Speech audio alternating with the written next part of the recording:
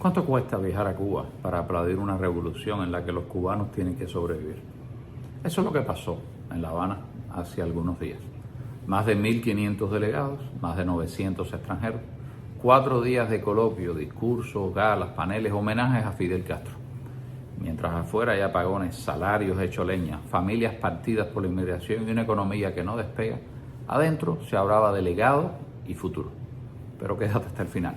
Te voy a contar un cuento actualizado del célebre Álvarez Guedes, el maestro, que explica mejor que 1000 discursos qué puede estar pasando realmente con este primer coloquio internacional. Te voy a adelantar algo. No es solo propaganda, no es solo nostalgia y no es solamente un homenaje. Puede ser una fórmula donde el extranjero paga el viaje, paga el hotel, paga las comidas, aplaude el relato y luego regresa a su país. Y mientras, el cubano se queda con la cuenta. Y si por la campaña del centenario no estuviera suficientemente clara, poco después se difundieron gratuitamente los 23 tomos de las obras escogidas de Fidel Castro. Discursos, entrevistas, cartas, artículos, mensajes e intervenciones que van desde 1940 hasta el 2016. 23 tomos, décadas de palabras. Casi parece que cuando se les acaba una respuesta, abren otro libro. Aquí viene una pregunta de esas de las que verdad importa. ¿Por qué 100 años después del nacimiento de Fidel Castro, el sistema cubano sigue pidiéndonos que miremos lo que dijo Fidel y no lo que el sistema hizo?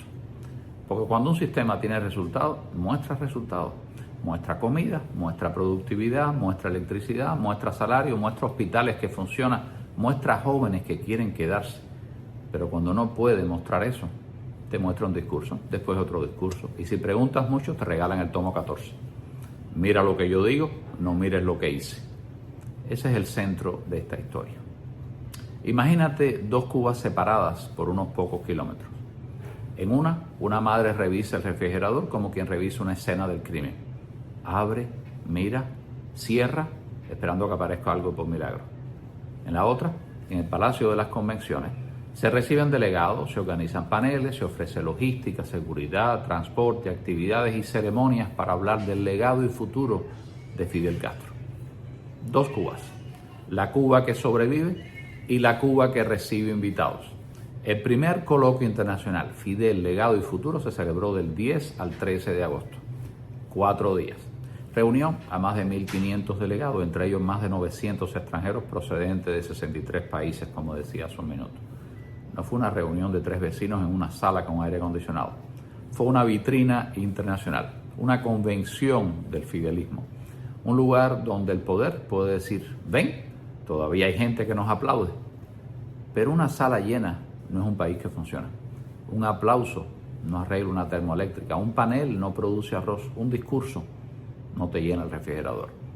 Y una foto con delegados extranjeros no le devuelve a una madre el hijo que tuvo que irse de Cuba. Ojo, estudiar la historia no es malo. Leer a Fidel, yo diría, no es malo. Leer incluso a quien uno critica es necesario. Hay que entender las ideas para discutirlas, desmontarlas y no repetir los errores. Pero estudiar no es rendir culto. Una cosa es analizar el pensamiento de Fidel, otra es usar sus discursos como reemplazo de una auditoría nacional. Ninguna frase siembra boniato, ninguna consigna arregla una planta eléctrica. Ningún concepto de revolución hace que el salario alcance a final de mes. Y ningún discurso le explica al cubano por qué tiene que vivir buscando una señal de internet como si estuviera cazando Pokémon.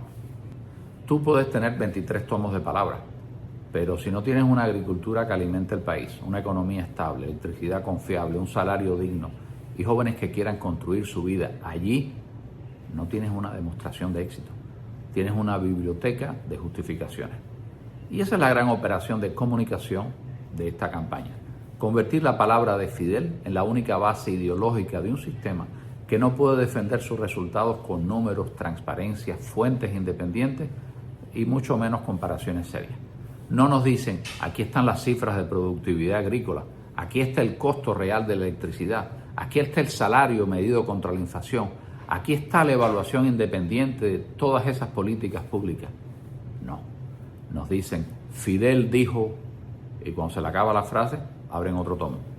Ahora, alguien puede decir, bueno, pero Fidel no solo hablaba, también escribió. Claro que escribió. Hay discursos transcritos, entrevistas, cartas, declaraciones, artículos, mensajes, documentos políticos, textos como La historia me absorberá, pero precisamente ahí está el detalle. Cuando uno revisa lo que el propio régimen presenta como el gran legado intelectual de Fidel Castro, encuentra sobre todo una fábrica de palabras políticas, discursos, intervenciones, declaraciones, entrevistas, mensajes, reflexiones. ¿Dónde está el tratado serio sobre teoría económica? ¿Dónde está el libro técnico sobre cómo aumentar la productividad? ¿Dónde está el método verificable sobre cómo administrar un país? ¿Dónde está el análisis con datos sobre agricultura, inversión, salarios, moneda, energía, eficiencia, costos y resultados? ¿Dónde está el estudio que diga, esto hicimos, esto fracasó, estos fueron los números y estas son las correcciones? No aparece. Porque el castrismo no construyó una escuela seria de pensamiento económico. Construyó una gigantesca cabina de transmisión. El principio no era midamos, comparemos, rectifiquemos. El principio era Fidel habló, ahora los demás escuchan. Y esa diferencia es enorme. Un economista serio entrega hipótesis, números, fuentes y resultados que otros pueden revisar. Un administrador serio enseña metas, presupuestos, costos, indicadores, errores y correcciones. Pero una consigna no se puede auditar, un discurso no se balancea y una frase larga, por muy emocionada que sea, no produce una libra de arroz. En los últimos años de su vida aparecieron también las famosas reflexiones publicadas en la prensa oficial. Textos sobre política internacional, conflictos, ciencia, Estados Unidos y la realidad de todo el planeta. Algunos críticos dudan de que todos esos textos fueron escritos por él, dados sus problemas de salud y el deterioro físico visible de sus últimos años. Eso no se puede confirmar, pero simplemente porque no hay una prueba documental que concluya eso. Pero hay algo mucho más importante y demostrable. Incluso en esa etapa, la respuesta del sistema seguía siendo palabra, comentario, reflexión y alertas ideológicas. Mientras el país lo que necesitaba era otra cosa: electricidad, comida, productividad, inversión, salarios, soluciones. En Cuba la teoría económica era sencilla. Si el plan falla, se crea un discurso. Si el discurso falla, se publica un tomo. Déjenme aclarar algo importante. Mucha gente por ahí dice, ¿Cuba es comunista? Sí, el régimen se declaró marxista-leninista. Usó símbolos comunistas, usó frases de Marx, citó a Lenin, creó un partido único. Pero para mí Cuba no fue simplemente comunista. Cuba fue fidelista. Y eso lo cambia todo. El fidelismo es un engendro tropical creado alrededor de un solo hombre, Fidel Castro. Un sistema donde la ideología era para el decorado, pero Fidel era el protagonista, el director, el guionista, el crítico de cine y el que apagaba la luz cuando terminaba la función. Marx para la foto, Lenin para la cita y Fidel para mandar. Todo esto no funcionó como una teoría seria de gobierno. No había un modelo económico verificable, no había límites reales al poder, no había una institución capaz de decir, comandante se equivocó, una institución y nadie se atrevía a eso. Tampoco había una auditoría que pudiese preguntarle, ¿dónde están los resultados? Lo que había era un líder que opinaba sobre todo, cualquier tema, agricultura, de medicina, de guerra, de economía, de educación, de deporte, de ciencias, de huracanes, de Estados Unidos, de África, también de vacas, de biotecnología, de lo que le hiciera falta. Fidel era el Google antes de Google, con la diferencia de que Google por lo menos te muestra varias fuentes y tienen sentido muchas cosas de las que dice. Muchos lo consideran a Fidel como un hombre altamente inteligente y nadie puede negar que tenía talento para hablar, para seducir, para improvisar, para leer el ambiente y para construir un relato. Y ahí los invito a ver mi video sobre el arte de la oratoria de Fidel Castro, cómo manipulaba sus discursos. Pongo el enlace aquí en los comentarios. Pero una cosa es la inteligencia verbal, otra bien diferente es gobernar. Una cosa es conquistar una multitud con el micrófono, otra bien diferente es construir un país donde la gente quiere vivir sin tener que escapar. Y la vida y la obra del fidelismo dejan una pregunta bien fuerte. ¿De qué sirve un dirigente que habla durante horas si después de décadas el país no puede garantizar comida, electricidad, salarios correctos ni libertad? Para mí, ahí está el retrato, un poder concentrado, egocéntrico y megalómano. Un hombre convencido de que podía explicarlo todo, decidirlo todo y salvarlo todo. pero que no aceptaba que nadie le dijera: hasta aquí, te equivocaste, los números no dan, el pueblo no da más. Como diría un analista tropical con una sinceridad que no cabe en un informe académico, Fidel Castro era el clásico tipo que se tiraba el peo más alto que el culo. Porque quería competir con Estados Unidos, desafiar la Unión Soviética, dirigir revoluciones en África, convertir a Cuba en una potencia médica, agrícola, industrial, militar. Pero no pudo garantizar algo básico: que el cubano viviese con normalidad, dignidad y libertad. Ese es el fidelismo. Un sistema de grandes ambiciones, enormes discursos y resultados que nunca alcanzaron a la altura de las promesas. Ahora viene la segunda parte. No estamos hablando solamente de propaganda, estamos hablando de dinero, divisas, dólares. Más de 900 extranjeros no llegan a La Habana en una balsa hecha de consignas. Llegan en avión, se hospedan, comen, se transportan, usan internet, van a actividades, compran recuerdos, tal vez extienden un poquitico el viaje. Y aquí hay que ser rigurosos con algo. No existe una contabilidad pública verificable sobre este coloquio. No sabemos cuánto pagó cada visitante, no sabemos cuántos fueron subvencionados, no sabemos quién financió determinados viajes, no sabemos cuánto costó organizarlo. Tampoco sabemos cuánto terminó en empresas estatales, aerolíneas, hoteles, proveedores o negocios privados. No sabemos ni siquiera cuánto de todo eso fue para Gaesa. Y no vamos a inventar, vamos a calcular. Si unos 900 visitantes gastaron en promedio unos $500 durante esos 4 días, que es una cifra bastante conservadora, y ahí incluiría hotel, comida, transporte, actividades, estaríamos hablando de alrededor de unos $450,000 de gasto asociado. Si el promedio fuese de $1,000 por persona, un poquito más realista, el movimiento económico podría acercarse a unos $900,000. Esto, no, por supuesto, no es una ganancia confirmada por el Estado.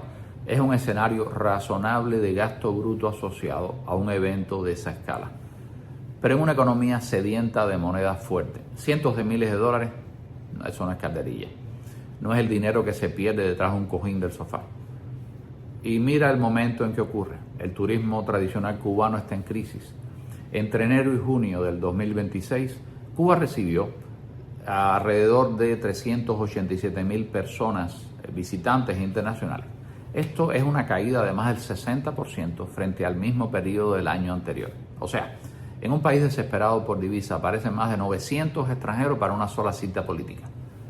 Te tienes que preguntar, ¿y si esto no es solamente un homenaje? ¿Y si descubren que pueden repetir esta fórmula una vez al año, cada 2 años, primer coloquio, segundo coloquio, tercero, cuarto? Una especie de remesa ideológica. No la remesa que manda el cubano emigrado para que su madre pueda comprar medicina, comida o pagar una factura. No, es una remesa para los dirigentes.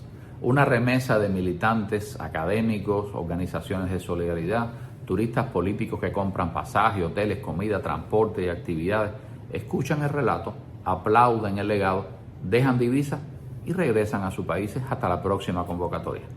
Qué bonito el trabajo. Los visitantes pagan el pasaje, pagan la estadía, pagan su comida, pagan el transporte, pagan por consumir ese mito. Cuando termina la función, regresan a sus países. Pero el cubano se queda con el apagón, con la cola, con el salario que se evapora más rápido que un helado en agosto, con la familia dividida, con la realidad.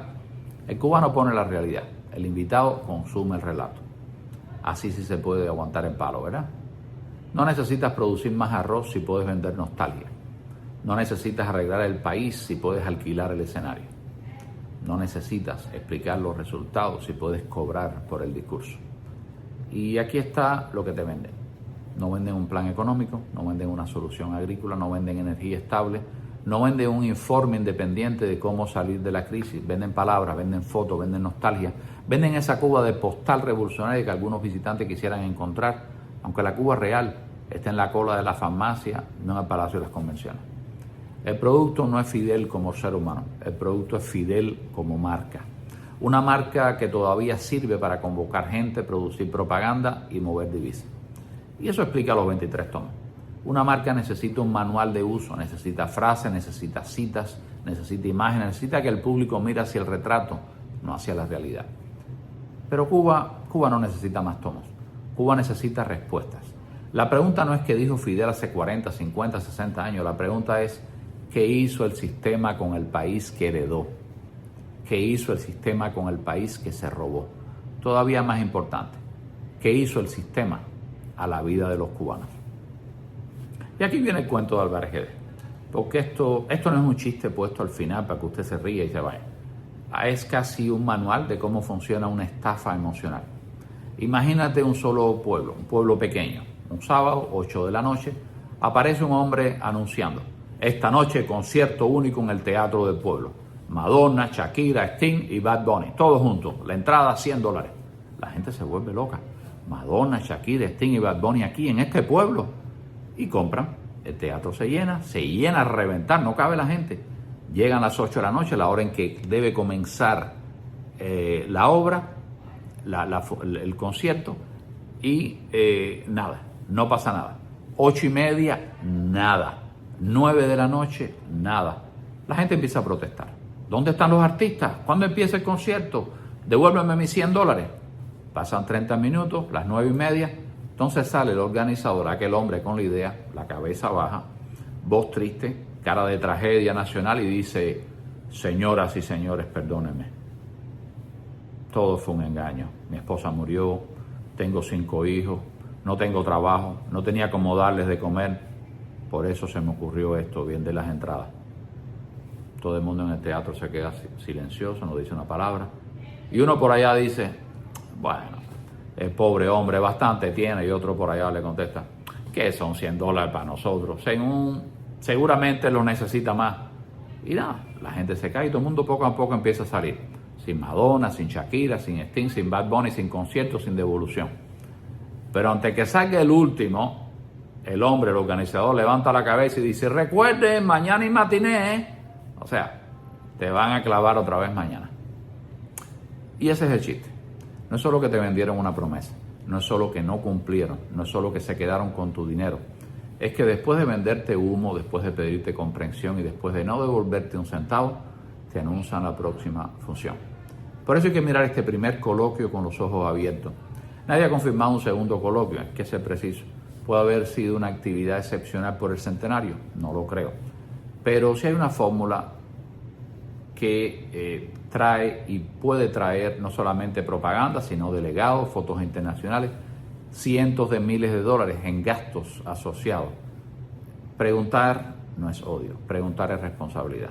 No aceptes que te cambien los resultados por cita, no aceptes que te vendan nostalgia como un futuro. No aceptes que en una sala llena de aplausos te hagan olvidar un país lleno de necesidades. Mira los discursos, sí, pero mira la realidad primero. Y antes de terminar, les voy a dejar también en los comentarios el video de un joven español que militó en una organización juvenil comunista, UJC. Piensen, así se llama. Sí, también existen comunistas españoles organizados, casi como una reconquista ideológica a la inversa. Este joven llegó a Cuba con entusiasmo, con una visión romántica, con lo que había leído, con lo que había escuchado, con las frases, los símbolos y el relato, pero cuando vio Cuba de cerca, no el documental, no el cartel, no la gala, no el escenario del coloquio, sino la Cuba cotidiana, quedó decepcionado. Una cosa es estudiar un discurso desde España y otra muy distinta es vivir las consecuencias de ese discurso en Cuba. Una cosa es consumir el relato y otra es encontrarte con la realidad. Por eso te voy a dejar ese video, el link en los comentarios, míralo completo, compáralo con el espectáculo de estos días y después pregúntate a quién le conviene que sigamos mirando las palabras y no los resultados. Si llegaste hasta aquí, no te pido que estés de acuerdo conmigo en todo, te pido algo mucho más importante. No repitas una versión oficial sin verificarla. Busca datos, busca quién pagó, busca quién cobró, busca qué prometieron, busca qué resultados se entregaron. Cuba no necesita más espectadores sentados en el teatro. Cuba necesita ciudadanos que se levanten y digan: no me vendan otra función, enséñame el resultado. Si este video te hizo pensar, compártelo con alguien que todavía cree que 23 tomos de discurso valen más que un refrigerador lleno, un salario digno o una familia unida. Y déjame abajo en los comentarios: no más discursos sin resultado. Y suscríbete. Aquí yo no vengo a consumir el relato que nos regalan, vengo a mirar la realidad, a hacer las preguntas incómodas, a demostrar esa propaganda cuando intenta disfrazarse de historia y a defender junto a todos el futuro que Cuba merece. Cuba no necesita otra función. Cuba necesita que cambien la película. Y si vuelven a anunciar otro coloquio, otra gala, otro homenaje, otro tomo u otra promesa, ya sabemos cómo termina. Y mañana hay matiné, ¿eh?